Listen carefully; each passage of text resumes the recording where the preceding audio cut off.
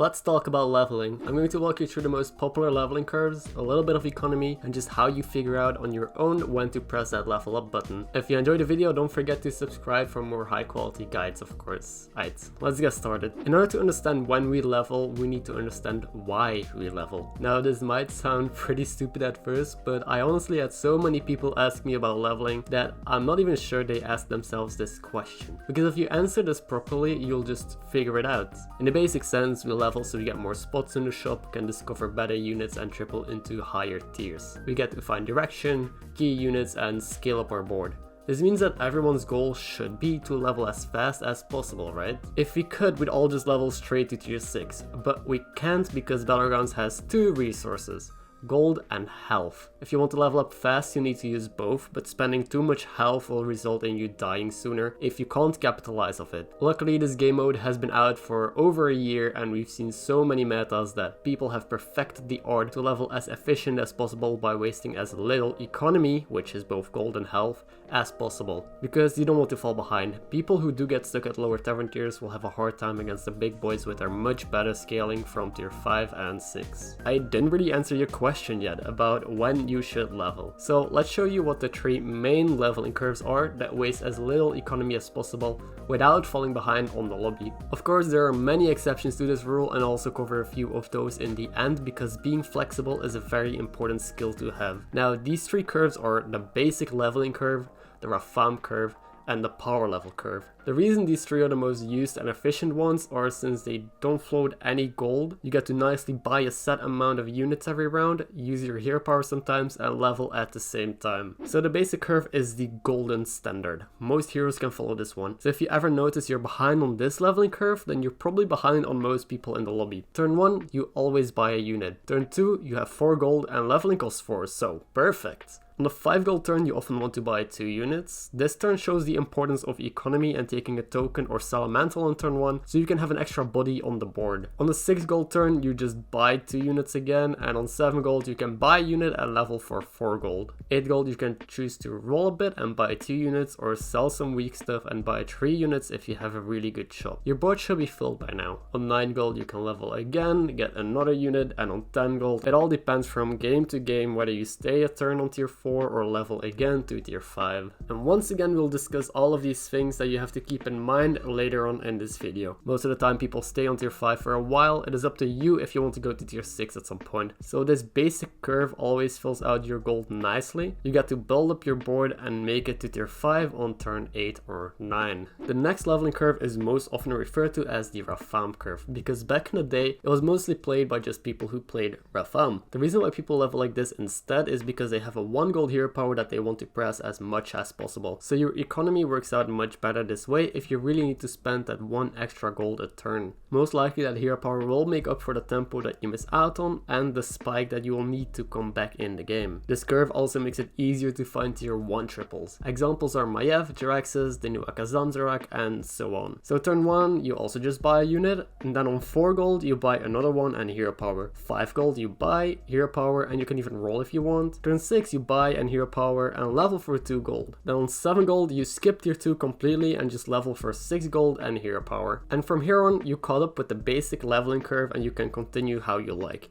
Either follow the standard one or go for some power leveling, which is more likely because of your economy. Since on 8 gold you can level hero power again, and on 9 gold again, if you have the health to work with. This final curve is what I included because it's what sets apart a good player from the bad ones. Power leveling means that you just level up to be ahead of others, which means you'll often be behind on board and health. So you only go for these plays and leveling patterns if you're really strong, or you know you'll make up for the lost tempo. So basically you know that you get to spike, either because you have a triple frozen in the shop, or hoping to roll a really good unit, or have a hero power that's going to help you out like Toki or Reno. There's two main variations that often occur. The first one starts off with the basic leveling curve, so turn 1 and 2 are the same. Then on 5 gold you decide to sell your unit and level up again to tier 3. Now on 6 gold you can buy 2 units, and if you're lucky, they're 3 stars. The second one can start with either the basic or Rafaam curve up until 7 gold where you level to tier 3. Then on 8 gold you just level again, and 9 gold you can once again level if you please. So these power level curves aren't super special, but I had to include them because they're used very often and important to know about. Now to answer everyone's final questions, when do you stray away from these curves? When do you choose to power level? When do you place save and stay an extra turn on your tavern tier? How do I level with certain heroes or units on the board, and so on. First of all, if you're unsure, check your economy this turn and next turn. How much does it cost to level now, and what else can I do in the same turn? How much will it cost to level next turn, and how many units can I buy then? Usually the plays that float the least amount of gold, and this includes rolling, are the best ones. With the new coin unit, map out how your turn works out and see if you will fall behind at all if you power level. Or with gamblers, deck swabbies, tokens. A good example is that if you hit a swabby on turn 2, you can consider to stay in extra turn if you're a hero like Ragnaros and level on 5 gold because it will cost 2 and you can buy a unit in the same turn. Millhouse is for that reason alone a pretty hard hero for most to understand, but if you want to know all about him, I do have a guide up already, so check it out if you want. There's also heroes like Omu, Elise, Yogg, and so many others that can cheat tempo and gold. Of course, I'm not able to cover all of these in one video, but I do plan on making more guides in the future. Just think about this one thing. How does my economy work out? Leveling can also depend on who your next opponent is. If it's a ghost, it's really safe to level. Or if you have a weak opponent or just someone who leveled as well, you can just go ahead. And last but not least, it depends on what you're looking for. If you still need scaling or direction, you have to level to tier 5. But if you tripled into an early Nomi, you can just chill on tier 4. If you have a full board of dragons, well, that's a reason to go to tier 6 for Caligos and Adina. Or if you're Drexes, then it's better to take it easy and find all those weavers and watchers dominating the lobby early on tempo. The conclusion of this video, be smart about it. There's basic curves that are often very optimal to follow, but there's so many units, heroes and other things that influence your economy and your tempo that you will still have to do some thinking for yourself. If you have any tips yourself that I forgot about or feedback on the things that I said, then please leave them down below. I read everything. Now before you go, I have a couple short example games that show different leveling curves and ideas. I explain some of my plays and I think it's a great way to better understand the early and mid game economy regarding leveling. These games are taken from my second channel where I try to upload daily gameplay videos. I'm only going to show the early game in these because these are the main turns that people level up, but if you want to see how all of these games ended, then the channel is linked down below. Alright, enjoy these examples, and as always, don't forget to like the video and subscribe if you enjoyed it and want more of these. Okay. I think we freeze for this, because we get the alley cap next turn, so it's pretty good value, and it's a decent pair. I just thought I would inform you about my pain and suffering of the day.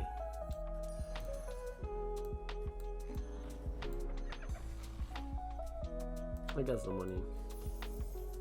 I think we actually did this. Level. It is back. Wait, that's 2 triples, right? No, because I sold my token. No, it's not 2 triples. I didn't have time to do this. I'm actually gonna hold this because if I don't want to triple hyena. I'm still gonna hold this in hand because I want to triple into another 5. Still thinking about my turn, don't worry, I won't forget about the hero power.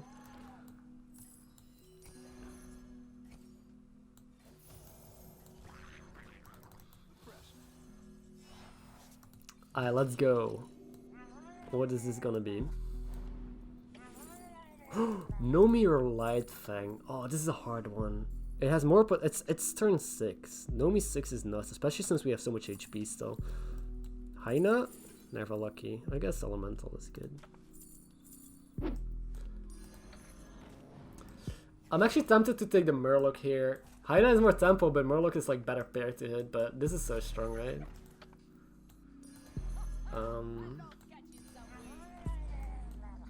Yeah. Ooh. I think we sell this because tripling a token is like better, of course. I'm tempted to level, but I know that's wrong.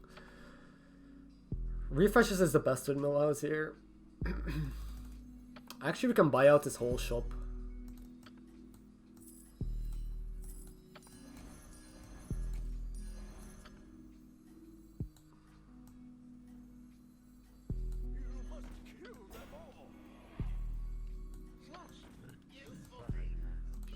Potential. It's all about that potential. Give up on this guy.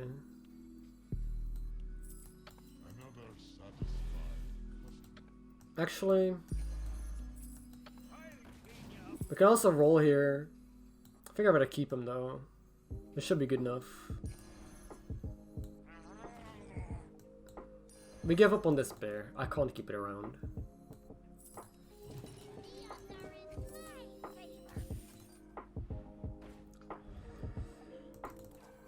I don't know. I have to just buy it too. Okay.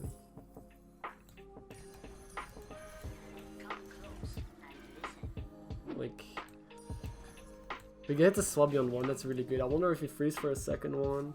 Wait, let me 3 gold, I'll buy it. Actually, it allows us to power level. Yeah, no, it is fine. Yeah, you're right. Because they level.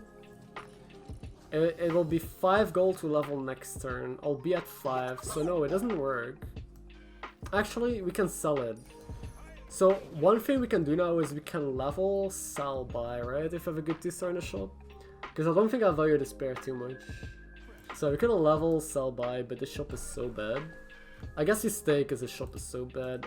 We have a roll next turn because of the Swabby though. I guess Swabby guys is a roll next turn. Wait, we can level and buy too, right? With pocket change? Yeah. Yeah, I think so. Do we use it here to buy 2? Do we roll and buy 1? I guess we buy 2.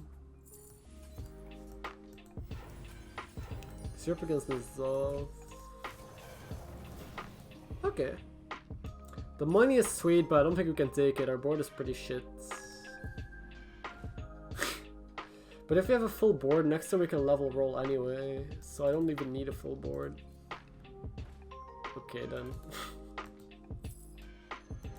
So, generally I would say that the in-between plays are bad, but just because Pirates could be really good with Omer, I'm gonna take it. I can get both, right? Yes.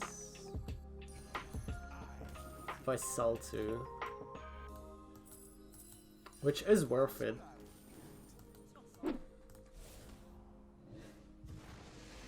We freeze for the token and we stay on tier 1 for an extra turn. It's a really good curve. Oh, Be Nice is in my lobby. There's no Rafaam, but I think we still sell this. Because this could be 2 triples. I actually hope I hit this. Okay. This is actually pretty good with our hero power. Let's try this. I'm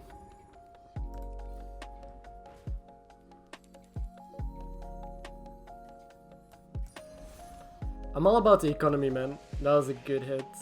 Did my internet? Oh god. This level hero power, this shop is so bad, I might just roll. All my shops have been bad. Because you can sell this.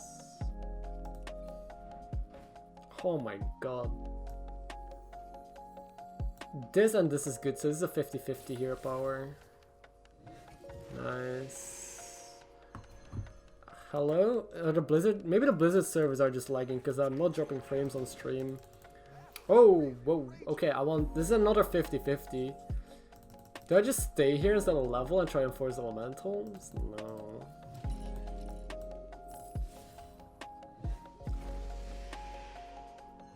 This thing is pretty good on my current board, but I really want to be taunt comp. I kind of want to level again. Level hero power. Let's hit the champion.